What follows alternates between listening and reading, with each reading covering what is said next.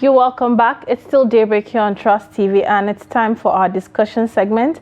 A quick diversion or a deep dive, just directly opposite from what we're talking about during our discussion segment. So now we're moving from the classroom and education sector to insecurity. I mean, you have to be safe and secure to attend classes, right?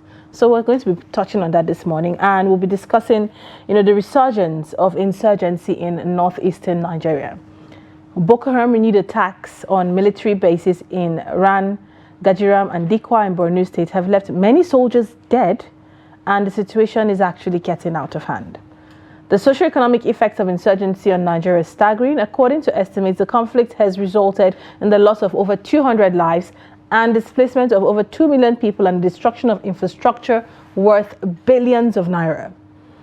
The northwest geopolitical zone, particularly Borno and Yobe State, has borne the brunt of the attack, with over 1.5 million people internally displaced and over 100,000 killed. Now, despite the efforts of the military and security agencies to win the war against insurgency, the attack continues to persist. The Nigerian military has repelled several attacks, including the recent one in Ran, Gajiram and Dikwa, but the insurgents seem to be regrouping and launching new attacks. The government has also taken steps to address the issue, with the Senate urging the military high command to redeploy adequate personnel to the northeast region and ensure they are equipped with modern technology. Now today, to analyze the situation with us, to take a deep look at it, understand why these re-attacks are occurring, and ways it could be combated or handled or looked at differently. Is there a different way they could look at it? Are they not looking at it from a different angle? What more is needed? To give a general overview and a deep analysis, we have today joining us first off via Zoom, we have retired Brigadier Dele Olabode. He's an author and a former military humanitarian coordinator, Operation Lafiya Dole, now Operation Hadinkai Meduguri, and he's now a consultant on security and humanitarian logistics. Thank you for joining us, General Olabode. Thank you. Good morning. Good morning. Thank you in the for studio, having me, Anna. Good morning. In the studio, we have Jonathan Onoja, a security expert and a public affairs commentator. Now, with these two gentlemen this morning, thank you so much for joining us. Thank you. It's my pleasure. Good morning. It's good to have you. Now, with these two gentlemen this morning, we will discuss the implications of the renewed attacks, the role of the military, what can be done to restore peace to the region, and how this, has affected the livelihoods of people who had hopes that, the era of Boko Haram days are somewhat over or reduced to the barest minimum, and now seeing a resurgence. So that is what we'll be exploring this morning. But I'll start with you, Jonathan, who's right here with us in the studio. Before I get to General, who's joining us virtually, what's your take on this resurgence of insurgency in the northeast? Did you see it coming? Did you expect it over time? What's your take of it? All right, thank you. Over the years, we've seen a lot of attacks. We have also seen the effort of our military, our security agencies. Unfortunately, we have failed in the areas of peace. We had a time when we talked about negotiations with bandits in this country. We've had a time where people even go to forests to talk about how possible they can rescue victims of kidnapping. But one thing that is lacking mostly, or what is happening in terms of the resurgence in some of these insurgencies, especially in the north, east, northwest, is lack of community neighborhood watch. We have failed in the areas of intelligence gathering, and that's why you see people today. I saw a video last night, people in the forest even communicating and threatening the state of the nation. And we also have it to say that we lack intelligence in this country, this part of the world. People will have to gather, people will plan attacks, they will execute it, there will be no even glimpse of how they came in and how they went out. And so kudos to the military. They have been doing a lot of jobs in the forest and a whole lot of that. But when we talk about restoring peace to the community, to the nation, then we must begin to exploit every possible means of peace dialogue, call for stakeholder conference meetings, bring the solutions, bring the problems to the table, talk about the solutions. Over time, we've been talking about the problems without identifying the possible solutions to some of the problems. And in talking about the solutions, there is no way we can talk about insecurity without talking about the possible means of peace. And how do we bring peace to the table? Is using the tools of peace, dialogue, mediations, and over time sensitizing the people and giving to the people the true dividends of democracy. All right. Now, in putting it to where it should be, we have so many bills in the National Assembly, and just one of it yesterday was assented to by Mr. President, and that is the bill of the National Hunters Forest, something there about that they should go to the forest to fish at these guys. But why doing that? We need more peace in the neighborhood watch, and ensuring that there's peace in the community. And in doing that, there are so many bills in the National Assembly. Take, for instance, the bill of the Nigerian Peace Corps. This bill has been lying there over the years. And such people could also be part and parcel of bringing peace to the neighborhood. All right, let's hold that thought there. Let's not forget we have retired general on the line. You still there with us? Good morning. Morning. All right, he has spoken about a lack of intelligence. I'd love to get your reaction on that. And do you agree with that? In addition, what are your thoughts on the recent attacks on military bases? How scary and how worrisome is this for the fight against insecurity? Thank you. Let me start by by advising us on the choice of word we use when we are up to discuss national discourse regarding security like this. In the opening narrative, when you are starting up, you did say that I think I got too well that the situation is getting out of hand and that no, it's not. It's not getting out of hand. Because one thing I continue to say whenever I have the opportunity to appear on national dailies or in event forum, I always make people to understand that the issue of security, the way we look at it, is not theoretically inclined when you are analyzing security of things. There is what we call dynamics of the situation or of the environment. Where you pass in the morning, when you are coming there in the afternoon, if you don't adjust your position and your plans, it will not go the same way that's gone in the morning. So that means the situation is always fluid in nature. So based on this fact, we need to know that so many things will continue to happen. Insurgency is where you are having situations whereby you are fighting a battle where you can't easily identify the enemy. But the enemy can easily identify you as a national force. So we are conventional forces, the military, Army, Navy, Air Force, but these guys, they are just unconventional. And before we take certain decisions, we have to put so many considerations in place. And these are the Nigerian government, the federal government subscription to all these international conventions and protocols. And with this, and I want two people to understand quite well that the battlefield, let me use the word now, where we are fighting this insurgency, it's only insurgency, it's not only the insurgents that are inhabiting the area. Major part of the area are inhabited by our own nation, citizens, lawful citizens. And in that regard, you should know that the way we act or the way we respond to issues, you won't compare it to the way insurgents will respond to issues. Regarding the intelligence of a thing you are talking, let us get it clear. The intelligence of a thing is piece of information that you need to get, and can you get it in isolation? You must get it in collaboration with the locals and other stakeholders.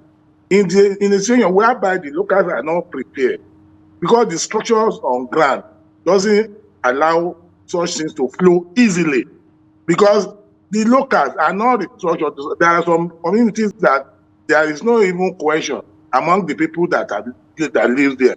And some of them have divided attention, divided interest, whereby some are even more loyal to these insurgents. I want you to understand quite well that some of these insurgents were coerced from among the youths in this community. And they will still have their loyalists who will be misleading the military when it comes to the time of expedition regarding these insurgency operations. So these are the intelligence is in a relative term. All right. So military, when we get this intelligence that is available to us, we analyze it. And when you analyze, it is there you now know the kind of approach you are going to take regarding the operation. All right, General. So once there is when people are not ready to get all these things done, because my colleague, Mr. Onoja, he did say it. The community, the structure, how prepared are the communities to support the steps the military is going to take within the localities. So many interests are involved, and we need to be very mindful of all these facts. Yes, a quick follow-up question. I'm glad you raised up us being mindful of statements being used, especially when it comes to insecurity. So you said that it is not out of hand. So what yes. terminology would you rather we use to describe over 1.5 million people internally displaced, 2 million people, and over 100,000 killed? IDPs, these are people who have been sent out of their home due to insurgency, and military bases being attacked. What word do we use to describe that instead? Let me tell you, in war theory, are we in war? It's not possible for you to say. I say in war theory. Oh, okay. Theory. Okay. War. Okay. When you look at it in retrospect, there is no way you will continue to be winning every time. And you will not decide to say, oh, I don't want to win, or I want to kill it. No. Especially insurgency. It's a very difficult,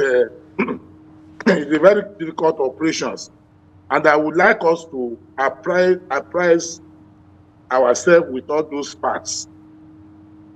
You will attack, let me tell you, the way the insurgents will be doing propaganda, and in some cases, some of the activities of our media houses further strengthened their ways of getting means to do their own propaganda, because they are not subscribers to any conventions or any protocol.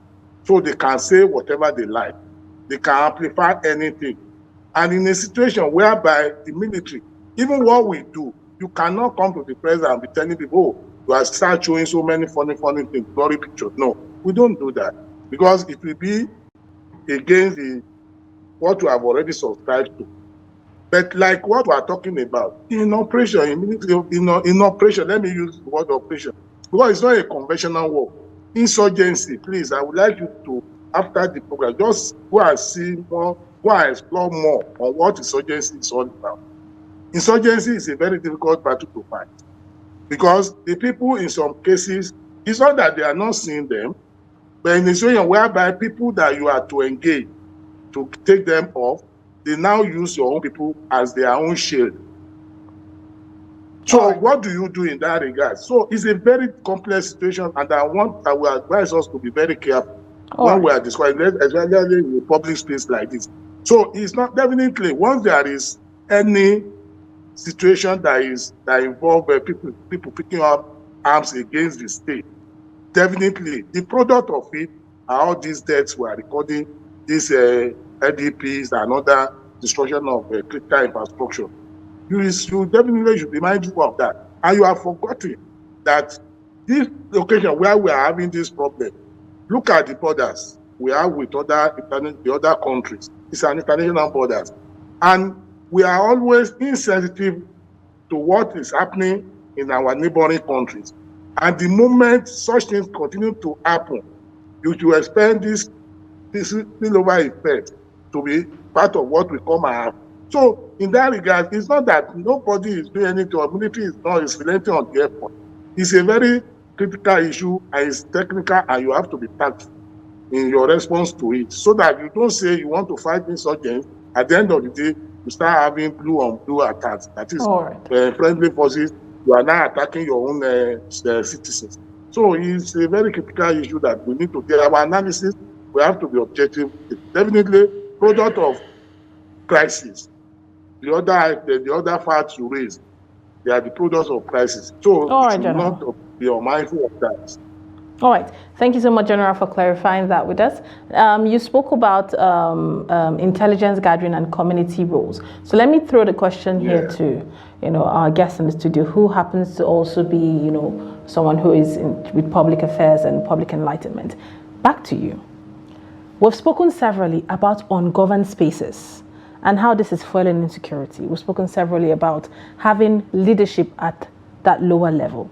And sometime 2 years ago, correct me if I'm wrong, we did a report where some communities were being taken over by insurgents and even going as far as putting fines on them in that community. Now, we're seeing attacks on military bases. General has not answered that for us just yet. But we're seeing attacks on military bases. What do you make on how this will affect, the public perception of the fight against insecurity and the role of the government, which is to protect lives and properties? All right, I'm going to answer your questions. But before then, I think I have to humbly disagree with some of the positions of the general. I agree with him at the level of a general, though retired. He will never want to succumb to the fact that Nigeria at the moment is in a state of emergency in terms of insecurity. And they're not accepting to the fact that a case of insurgents can be actually tamed if we have the necessary intelligence on ground. And so coming back to your questions, he's right. We have it far back in writing your studio when we discuss some issues relating to the lack of intelligence in this country and how bad it is that insurgents have taken over largely part of the places or part of the local governments, or out of the 774 local government in Nigeria. We are told then that about 18 local government were on siege.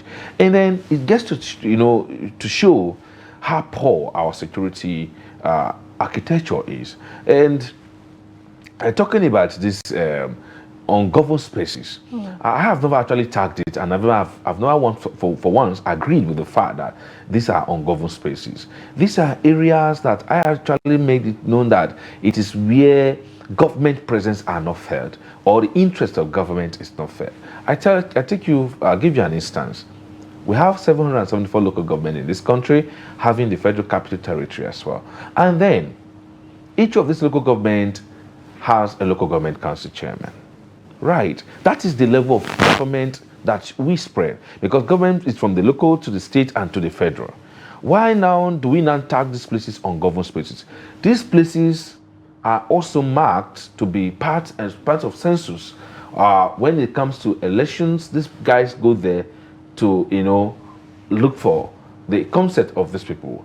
Some of these places, they have traditional rulers, and that should show you that there are government presence in these areas, but it is because government could not be able to meet up with the primary responsibilities of protecting lives and property of these people that they have now tagged to be ungoverned spaces, and that is political. So in coming to security analysis of these areas, we should not tag it as ungoverned spaces. Rather, it is where government has failed woefully in terms of protecting the lives and property of these people.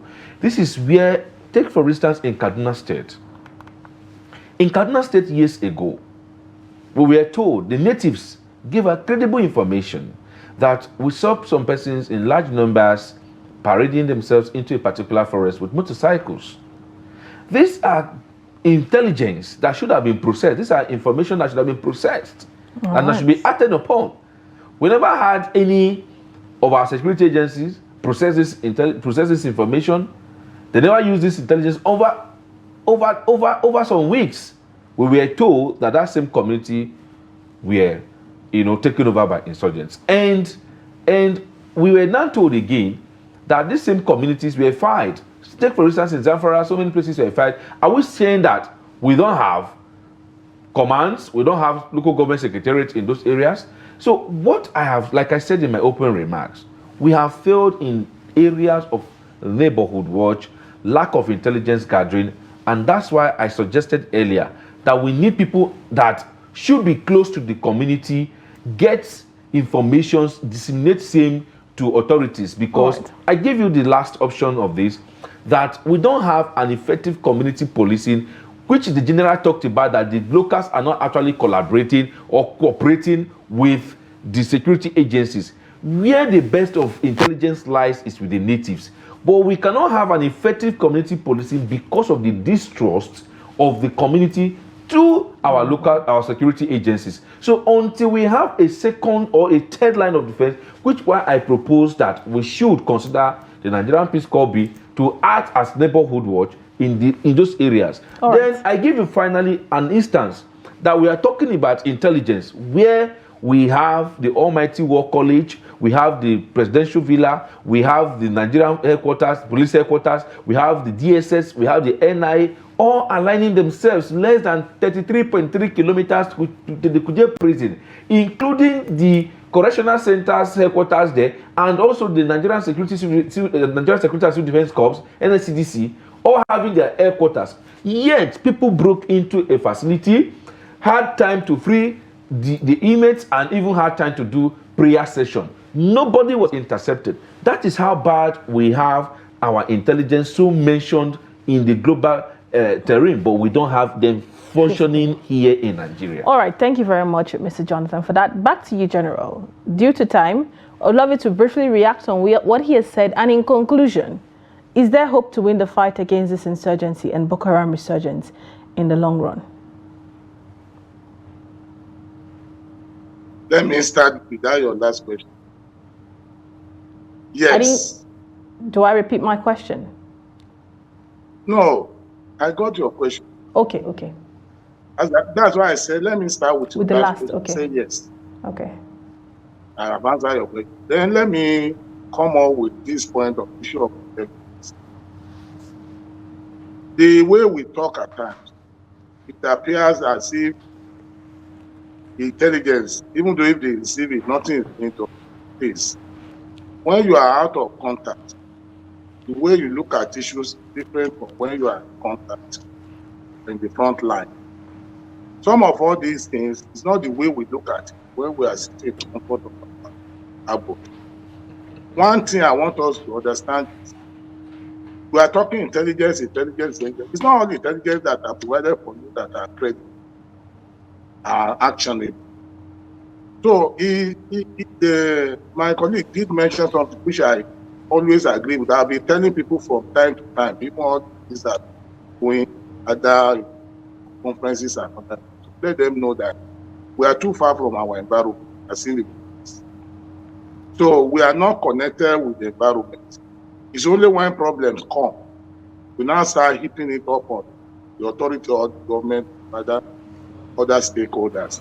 So one particular thing about intelligence is that we have been in the field whereby people now, because of information, by the time you get to where you have to act based on intelligence you gather, it's a different ball game on ground when you get there. Even the people you are meeting there, that one who will now meet. And in a situation like that, when people, the insurgents have gone towards left, you will now be fed with information that pass through the right. So it's a complex situation. We need to be mindful of this part. And more so, he did mention a very critical something that I continue to be in line with that institution. Because I worked in Lagos those days when I was captain. So when Lagos State Neighborhood Watch, you see the years they have activated that thing, and the goal is plain till tomorrow. It's enormous. And I always tell people, why can't us compare notes and follow certain templates that we could use? Let me tell you, no matter who you are bringing, either Peace Corps or anything, if you don't institutionalize that structure within the community setting, this problem will continue to persist.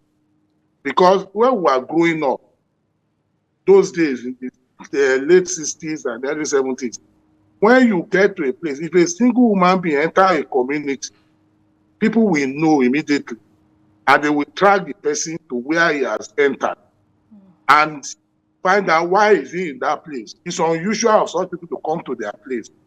So where are we? Why should we drift from such kind of getting in cordial relationship with the environment?